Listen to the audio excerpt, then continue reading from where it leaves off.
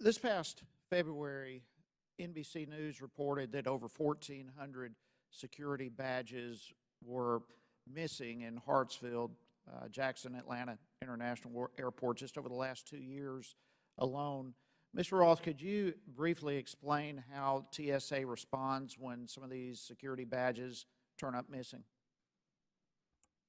We are doing some ongoing review of TSA's security controls, so my answer will be preliminary, but my understanding based on my conversations with TSA officials is once a badge goes missing, it is turned off. So this has to be sort of a two-factor authentication. You have to take the badge and swipe it to be able to enter secure areas.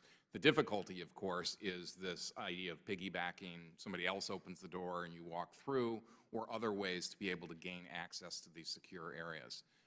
And that is the whole challenge behind these access badges, right? If you work in a McDonald's at the airport, you get a badge. And then you quit the next day, and you still have that badge. And it's incumbent on the airport to report that to TSA so that badge gets turned off. And it is a vulnerability. So you would say that the responsibility rests in with the airport, not with TSA? It is a joint responsibility, as I understand it. Right, it ought to be a joint responsibility. And the airport, Atlanta Airport, was just the only airport reporting on that particular study. 1,400 badges missing in 2 years. How many would there be across the entire nation? Mr. Ron, just a yes/no type question regarding this. Would you consider 1,400 just out of one airport security badges showing up missing a major security breach and a potential problem?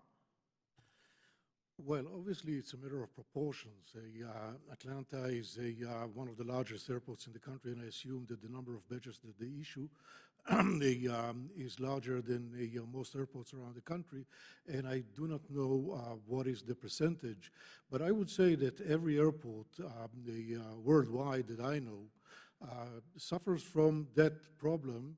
Okay, my question is this a security threat of significance that needs to be looked into? Yes or no? It is. Okay. It is.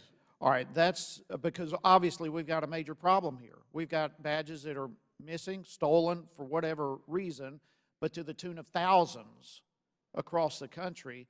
And what I'm hearing from you, Mr. Roth, is there's really no, at least to your awareness, no policy to deal with this.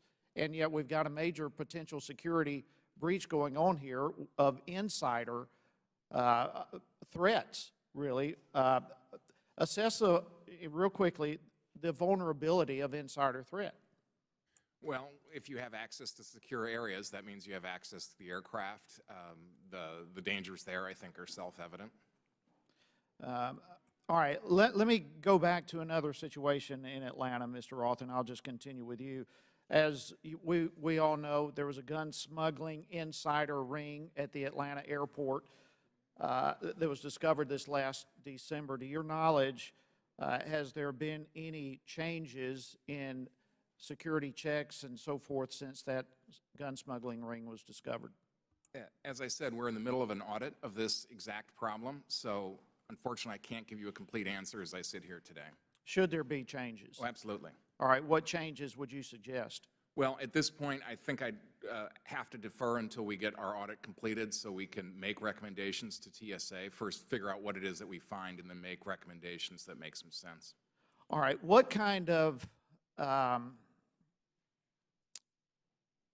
what needs to be done with verifying that those who have security badges do not have a criminal history? We are about to come out with a report with regard to that to check the TSA's efficacy on doing criminal background checks, and I know GAO has done some work on that in the past. How many background checks are there? Well, there would be one for every TSA employee who has a CITA badge. So okay, so in that scenario, there would be one background check. Is there anything to protect the public from one of these individuals getting involved in criminal activity after they have already had the initial check? No, and we have a number of investigations that are set forth in my testimony. Should there be? Well, absolutely, there needs to be a vigilant sort of criminal investigative presence against the TSA employees. I would ask you please to report back to our office on this type of thing. I would Absolutely. very much appreciate it. Absolutely. Thank you. Thank